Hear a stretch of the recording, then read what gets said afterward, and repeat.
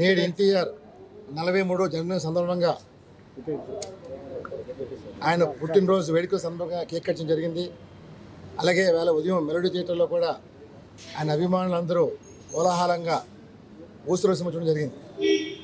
ఈవేళ ఆంధ్రప్రదేశ్ రాష్ట్రానికి కాబోయే ముఖ్యమంత్రి ఎన్టీఆర్ మనవి చేస్తున్నారు. ఎందుకంటే ఇది కోట్లాది మంది ప్రజల ఆకాంక్ష. ఈ ఆకాంక్షని ప్రజలు కోరుకుంటున్నారు. ఈవేళ రాజకీయ నాయకులు ఊసరవెల్లిగా రంగులు మారుస్తున్నారు తప్ప ప్రజలకు ఏ రకమైన మేలు జరగట్లే.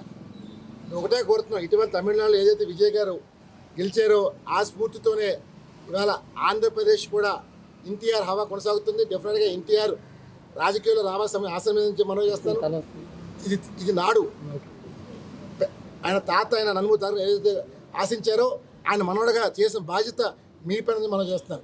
డెఫినెట్గా తెలుగు జాతి పౌరుషాన్ని మరోసారి చాటి చెప్పాలని చెప్పి ఎన్టీఆర్ని ఈ సందర్భంగా తెలుగు చేతి ఆకాంక్షిస్తుంది. ఇవాళ నేనే కాదు, యావత్ ఆంధ్రప్రదేశ్లో ఉన్న ప్రపంచంలో ఉన్న తెలుగు వారందరూ జూనియర్ ఎన్టీఆర్ రాజకీయాలు రావాలని కోరుకుంటున్నారు. డెఫినెట్గా జూనియర్ ఎన్టీఆర్తోనే ఒక మార్పు యువతరానికి ఒక నాంది వృత్తి మనం చేస్తాను. ఇవాళ యువతరంలో అనుకున్న ఫాలోయింగ్ అది ఎవరికి మనం చేస్తాను, అది ఒక ఎన్టీఆర్కే సాధ్యం. మొన్నే మనం చూసాం, బెంగళూరు వెళ్తే బెంగళూరు ఆయన ఫాలోయింగ్ చూసాం. అందువల్ల డెఫినెట్గా ఆంధ్రప్రదేశ్ రాష్ట్రానికి చంద్రబాబు నాయుడు తర్వాత అది నందమూరి తారక రామారావు ముఖ్యమంత్రిగా మనం చేస్తాను. ఇందులో ఎవరు కూడా ఆపలేరు.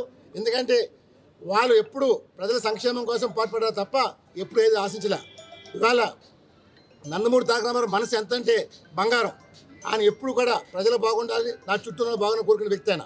అలాంటి వ్యక్తి రాజకీయాల్లో రావాలని తెలుగు చేతి ఆకాంక్షిస్తుంది. డెఫినెట్గా ఆంధ్రప్రదేశ్ రాష్ట్రానికి కాబోయే ముఖ్యమంత్రి ఇంటే మనం చేస్తాను. జై హింద్.